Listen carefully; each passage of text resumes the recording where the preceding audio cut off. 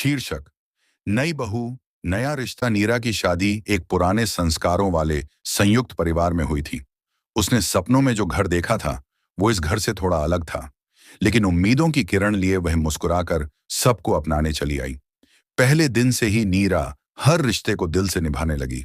सुबह सबसे पहले उठना, सासू माँ के लिए चाय बनाना, ससुर जी की दवाइयां देना और पूरे घर के लिए नाश्ता तैयार करना, उसके लिए सब नया था। पर उसने कभी शिकायत नहीं की। कमला देवी, नीरा की सास, घर की रीढ़ थीं, पर उन्हें बहू की पढ़ाई, नौकरी और नई सोच से चिढ़ थी।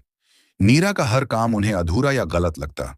वे कभी तारीफ नहीं करती, बस कह देती, आजकल की लड़कियां घर को घर नहीं समझती।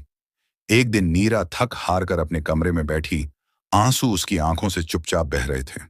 उसे अपनी मां की बहुत याद आ रही थी। शादी से पहले मां ने कहा था, बेटी, ससुराल में अपनेपन का इंतजार मत करना, बस अपना प्यार बांटती रहना, रिश्ता खुद गहराता जाएगा। अगले दिन नीरा ने खुद को फिर से संभाला। उसने अपने हुनर का इस्तेमाल कर घर के लिए कुछ करने की ठानी। अपने जॉब के बाद बचे वक्त में उसने घर की महिलाओं के लिए डिजाइनिंग सिखाने की छोटी सी क्लास शुरू की।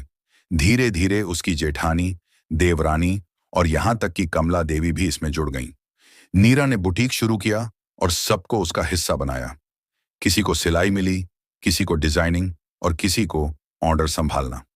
सासू मां का आत्मविश्वास भी लौट आया। वो अब खुद कहती, हमारी बहू तो सोने की चिड़िया है जो सबको उड़ना सिखा रही है। एक दिन जब नीरा ने कमला देवी के बनाए डिजाइन पर ग्राहक की तारीफ सुनाई तो कमला देवी की आंखें भर आईं। उन्होंने नीरा का हाथ थामा और कांपती आवाज में कहा, बहू नहीं, तू मेरी बेटी है। जब तू आई थी मैं डरती थी कहीं तू घर बदल ना दे, पर तूने तो इस घर को ही संवार दिया। नीरा भी रो पड़ी। दोनों ने एक दूसरे को गले लगाया। उस दिन से घर में एक नया रिश्ता जन्मा, जो सिर्फ सास बहू का नहीं बल्कि माँ बेटी का था। अब वह घर सिर्फ ईंटों की दीवारों का नहीं, दिलों के रिश्तों का घर था, जहां हर आहट में अपनापन था और हर चुप्पी में प्यार।